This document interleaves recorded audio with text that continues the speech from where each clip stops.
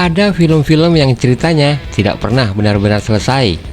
Ada tokoh dan karakter yang sebenarnya masih punya banyak ruang untuk berkembang.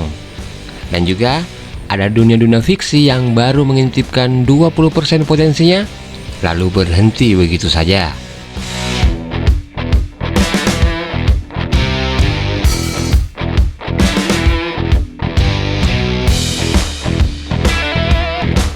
Selamat datang di Makateta Channel.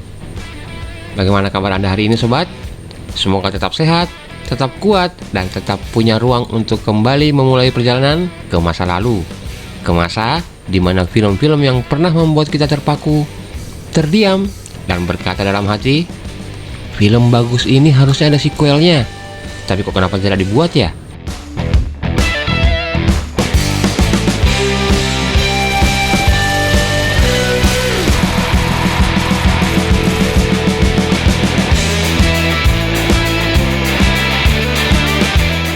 Nah, kali ini mari kita telusuri 7 judul film yang menurut kami sangat pantas untuk punya kelanjutan cerita.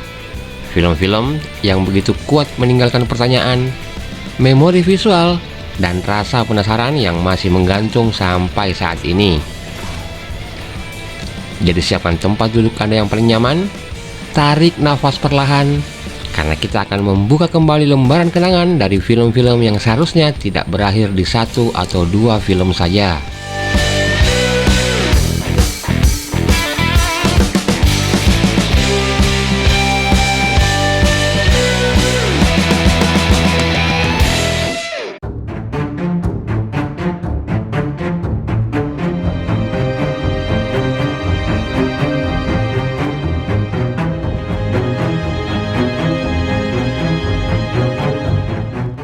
Sobat Makateta, siapa yang bisa lupa dengan adegan penutup di film District 9 ketika sang pemeran utama, Wikus, yang sudah kehilangan seluruh kemanusiaannya, duduk di antara potongan logam dan hujan yang turun pelan di Johannesburg. District 9 bukan sekedar film fiksi ilmiah. Ini adalah setengah cerita yang menunggu bab lanjutannya. Dunia yang dibangun film ini begitu hidup. Bau rongsokan di kawasan alien, senjata biologis yang mendengung seperti mesin hidup, dan tatapan mata Christopher Johnson, sang alien yang penuh janji saat dia berpisah. Detail-detail kecil seperti cairan hitam yang menetes dari alat misterius, suara pintu besi yang bergetar, hingga adegan tangan Wikus yang mulai berubah, semuanya seperti puzzle yang belum lengkap. Dan ketika Christopher berkata ia akan kembali dalam 3 tahun, kita semua tahu itu bukan akhir. Itu adalah janji. Janji tentang penyembuhan, janji tentang membalas dendam, atau mungkin perang besar antara manusia dan para alien prawn. Namun bertahun-tahun berlalu dan sequel itu tidak kunjung datang. District 9 tetap menjadi salah satu sci-fi paling layak untuk dilanjutkan, tapi dibiarkan tersimpan sebagai pertanyaan besar tanpa jawaban.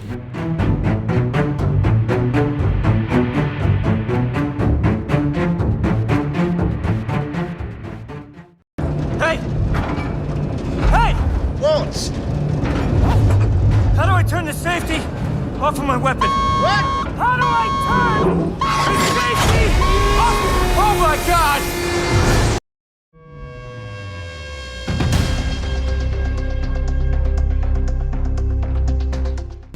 Film ini tuh seperti video game yang mengulang misi terus sampai hafal titik kelemahan musuh.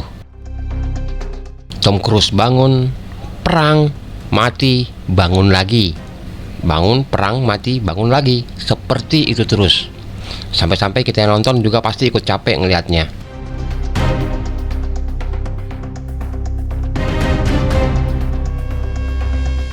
Nah, yang bikin film ini kuat bukan cuma konsep time loop-nya, tapi detailnya yang saya yakin pasti nempel di kepala kita. Wajah bingung William Cage saat pertama kali terbangun dari kematian, sampai cara Rita Frataschi yang melihatnya seolah mau bilang, "Bro, mati lagi, serius nih." Ending filmnya makin bikin penasaran. Time loop-nya berubah, realita berubah, dan kita semua mikir, ini pasti ada lanjutannya. Tapi tidak, Sobat Makataita. Hollywood memilih untuk tidak mengulang hari lagi. Beda dengan Cage.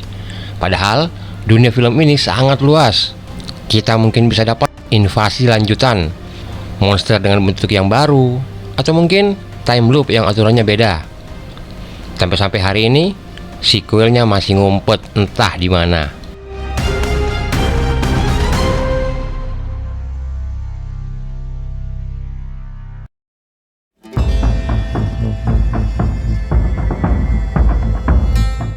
Sobat Makataita, kita harus sama-sama mengakui, sampai hari ini kita pasti masih memikirkan totem yang berputar itu, bergetar pelan, miring sedikit, dan kemudian layar gelap. Tidak ada film yang meninggalkan tanda tanya sedalam ini sejak era 2010-an.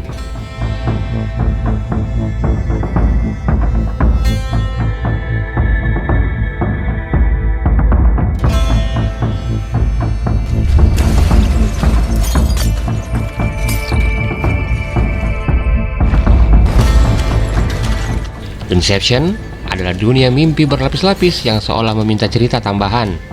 Mulai dari musik yang melengkung, koridor hotel yang berputar, hingga wajah Dominic Cobb yang akhirnya melihat anak-anaknya.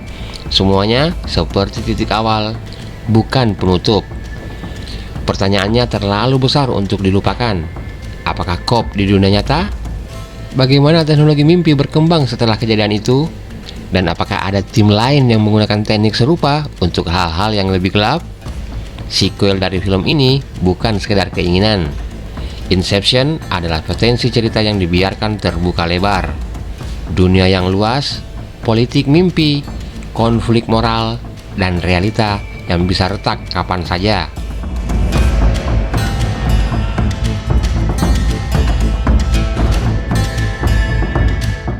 Namun film ini berhenti di satu titik, sebuah putaran kecil yang tidak pernah diberi jawaban pasti.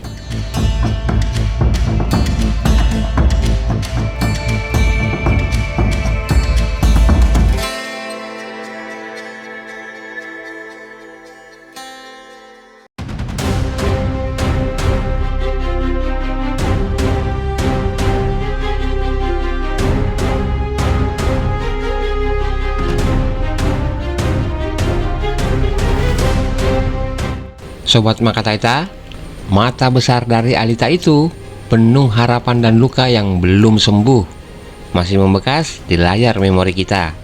Iron City dengan lampu neon, kabut tipis, dan bau logam dari bengkel Dr. Ido menciptakan dunia yang terasa nyata dan sangat luas. Ending film ini bukan akhir, tapi pintu raksasa menuju kisah yang lebih besar.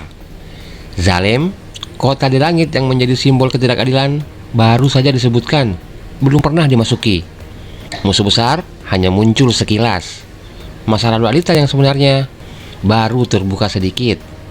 Dan saat Alita mengangkat pedang Damascus Steel sambil menatap ke atas di akhir film, kita semua tahu, ini babak pertama. Babak kedua pasti segera menyusul.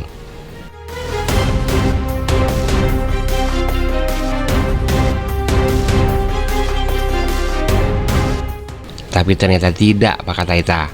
Hollywood tetap diam. Tidak ada lampu hijau, tidak ada pengumuman. Padahal visual, karakter, dan dunia Alita menyimpan potensi 3 film minimal. Kisah pahlawan yang seharusnya berlanjut tertahan di langit Zalem yang tidak pernah kita lihat lagi.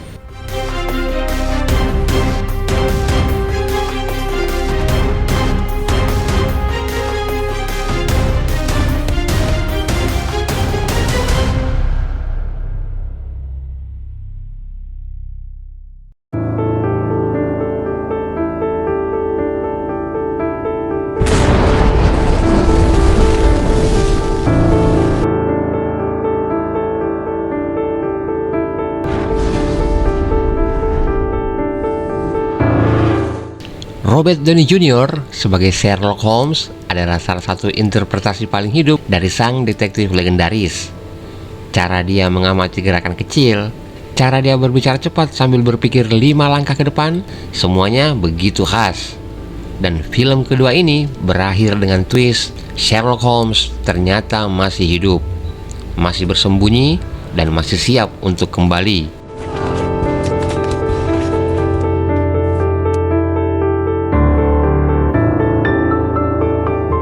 Panggungnya sudah disiapkan dengan sangat rapi. Watson kehilangan partner lamanya. Moriarty menghilang dalam akhir yang menggantung kemungkinan. Dunia pasca pertarungan besar siap untuk konflik baru. Namun sequel tidak pernah dibuat. Padahal hubungan Holmes dan Watson adalah emas sinematik. Dan dunia filmnya punya gaya visual yang sangat unik.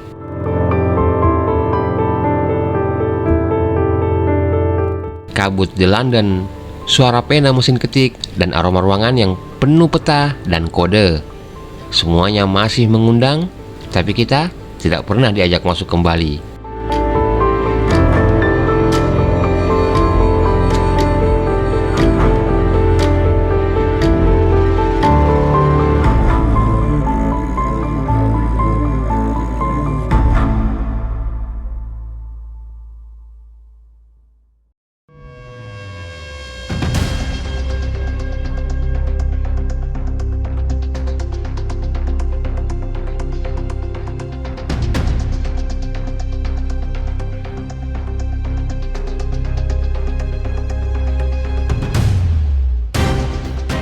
Sobat Makataita, pasti masih ingat dengan kepanikan di awal film ini.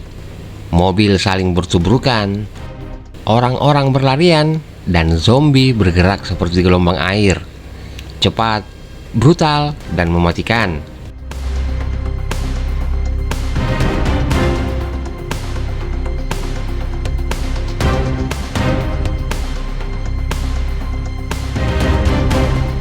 World War Z tidak pernah terasa benar-benar selesai. Seakan film pertamanya hanyalah laporan awal, padahal dunia sudah hancur dan perang global sedang berlangsung. Endingnya memberi kita teaser yang sangat besar. Ini baru permulaan. Manusia punya jalan untuk bertahan, tapi musuh juga kian berkembang. Potensi sequelnya luar biasa. Evolusi virus, konflik politik antar negara, dan skala kehancuran yang lebih luas. Tapi lagi-lagi, sequel itu tidak pernah datang, dan kita ditinggalkan dengan dunia yang seharusnya masih bisa berlanjut.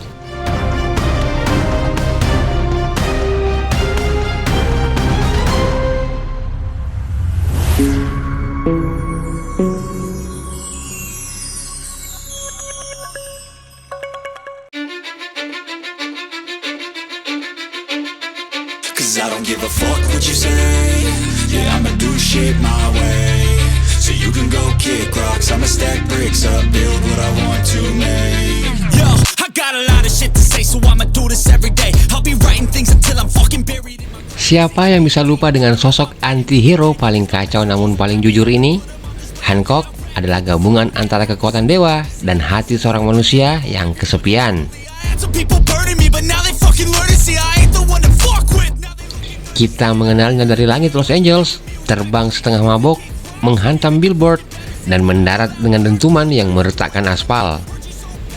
Namun, di balik kelucuannya, dunia Hancock menyimpan misteri yang belum pernah dibuka kembali. Siapa sebenarnya Hancock dan Mary? Kenapa mereka tercipta berpasangan? Kenapa kekuatan mereka saling melemah ketika terlalu dekat?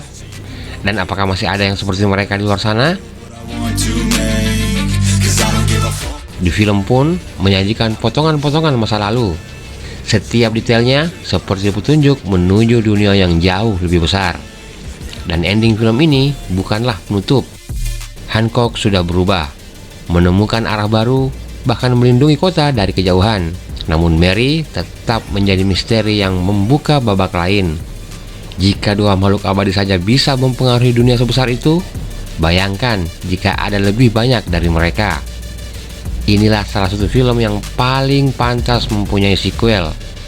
Dunia mitologi dan konflik antar manusia super yang belum pernah benar-benar diperlihatkan.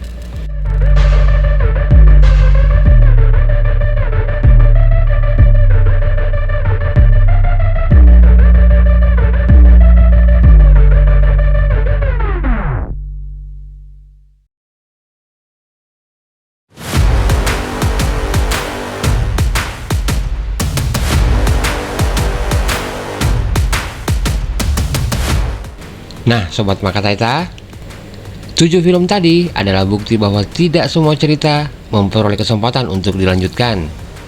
Ada dunia yang berhenti terlalu cepat, ada tokoh dan karakter yang tidak diberi babak kedua, dan ada penonton yang termasuk kita yang terus menyimpan rasa penasaran.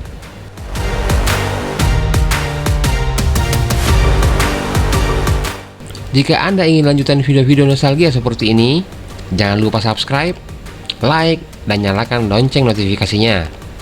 Dukungan Anda adalah energi yang sangat kuat untuk membantu kami membangun channel ini. Sampai jumpa di video berikutnya, dan ingatlah, tidak semua film mendapatkan sequel.